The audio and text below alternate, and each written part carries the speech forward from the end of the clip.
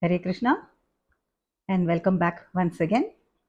So today let's do chapter 19 of the Sriman Narayaneeyam, which talks about the story of Prachetas. The Prachetas were descendants of Prithu Maharaj and Dhruva Maharaj. Okay, Prithu Maharaj, we learnt about Prithu Maharaj in the last session, right? He is known as the father of modern day town planning, right? And this chapter 19 of Sriman Narayaneeyam is a summary of chapters 24 to 31 of Canto 4 of the Srimad Bhagavatam. Canto 4, chapters 24 to 31. Okay, so let's read the first shloka of this chapter and then we'll do a quick translation as usual. All right. पृथोस्तु नप्ता पृथुधर्मकर्मठा प्राचीनबर्हिर्युवतौ शतद्रुतौ प्रचेतसो नाम सुचेतसः सुमतान् अजीजनत्वत् करुणाङ्कुरानिव. So Prithu Maharaja. Prithu had a son named Vijitashva. We heard about him in the last session. How did he get this name? When Indra stole the sacrificial horse from Prithu Maharaj, his son went after Indra and got the horse back, and thus he got the name Vijitashva, the one who won the horse back. He who won the horse back. All right.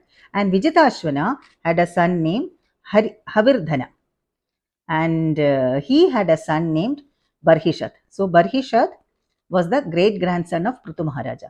Now Barhishat came to be known as Prachina Barhishas. How did he get this name, Prachina Barhis? That is because he had performed a large number of yajnas. He performed many yajnas with darba grass, okay, facing the east. Darba grass was placed all over in the east-west direction, and he conducted many yajnas with the darba grass. Thus, he got the name Prachina Barhis. Prachina is what? Towards the east, and Barhis is darba grass. So that's how he got the name Prachina Barhis. Okay, and he married the daughter of the ocean, Shatadruti. Okay, the very chaste Shatadruti, and they had 10 sons who were collectively known as the Prachetas.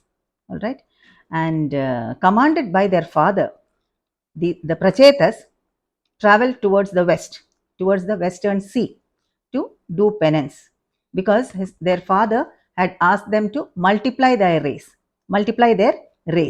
and they went to the western sea to meditate so that they could beget virtuous children, okay, to meditate on the Lord.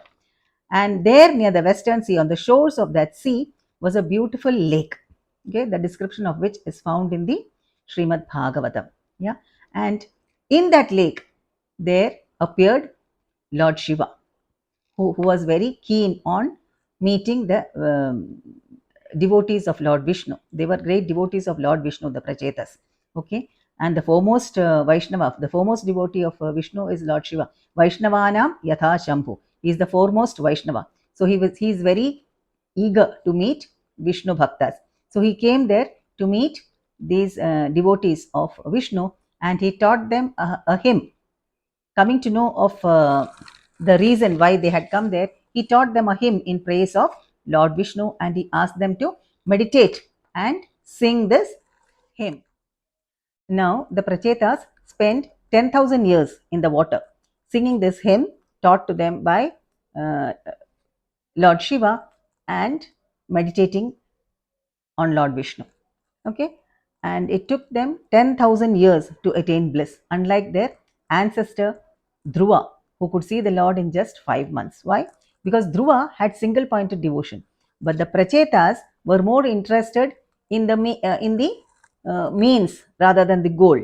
Okay, they were interested in the process of meditation, chanting, etc., etc. Okay, not realizing what they were doing this for. Like us, now we also do the same thing, right? We go to the temple, we offer, we observe fast, we do a lot of offerings, we do a lot of pujas. We are more interested in that process. not realizing why we are doing all this for, more interested in the means rather than the goal, and that is why it takes a long time. And then when the prachetas increased the strength of their penance, even their father Prachina Barhis became purified. Okay, he had slain many animals into the sacrificial fire, and so by the penance of his sons, he also got purified. And then Narada visits Prajina Barhis and then imparts the knowledge of the self to him, after which he attains the Lord, Prachina Barhis. Narada explains the essence of life to Prachina Barhis through the story of Puranjana, who lived in the city of 9 gates along with his friend Avijnata. So, who is this Puranjana? Puranjana depicts the soul, the Atman, the Jivatma that lives in the city of 9 gates, Navadwarapuri. What is that? What is this Navadwarapuri? It is this this is this body of 9 gates. Which are the 9 openings? 2 eyes, 2 ears, 2 nostrils, one mouth, the anus, and the genitals. Okay, so and he lives there with his friend Avijnata, the unknown. Who is that? The Paramatma. So the Jivatma lives with the Paramatma inside this body. Okay, and so living in this city of 9 gates, we forget our real identity and then get entrapped in this never ending cycle of birth and death.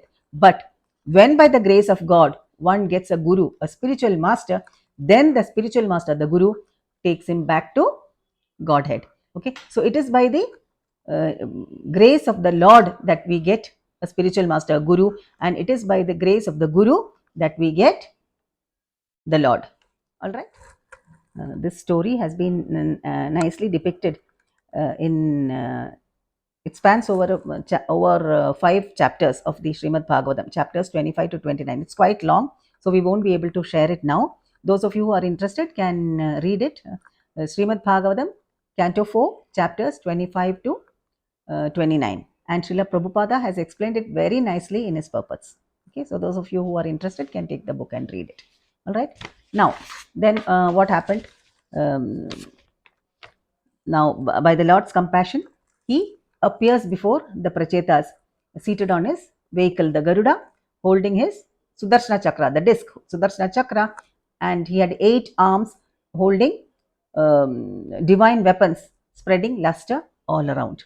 Okay, and he blesses them and confers boons on the Prachetas even before their asking. And he tells them, just thinking, mere thinking about you, Prachetas, will confer all auspiciousness on human beings, and chanting this hymn taught to you by Lord Shiva will fulfill all their desires. So just by just by remembering the Prachetas, thinking about them will confer all auspiciousness on us. So it's very good to read this chapter. Okay, and then being pleased with the Prachetas, he blessed them, saying that they would get the daughter of the trees as their wife, and they would live with her happily for 10 lakh years, at the end of which they would be blessed with a son, Daksha, after which they would attain the Lord.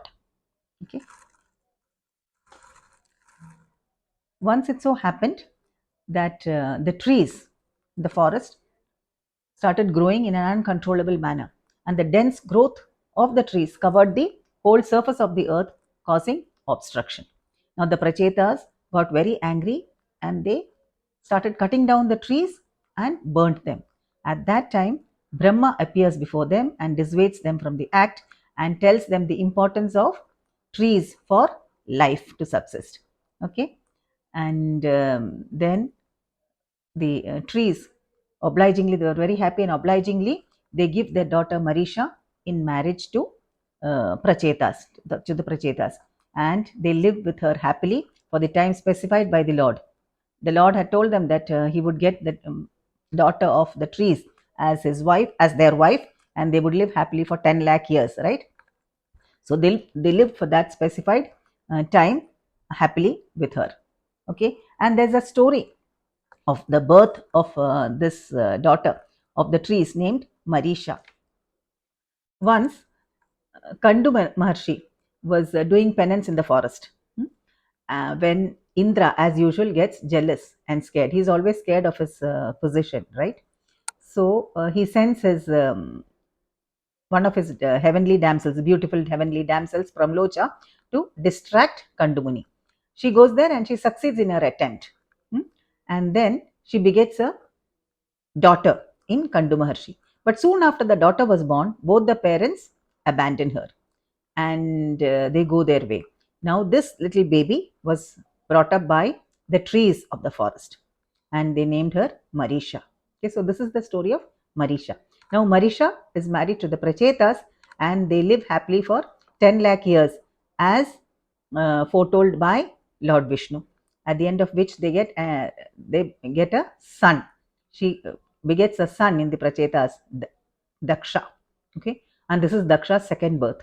We have learnt about his first birth earlier.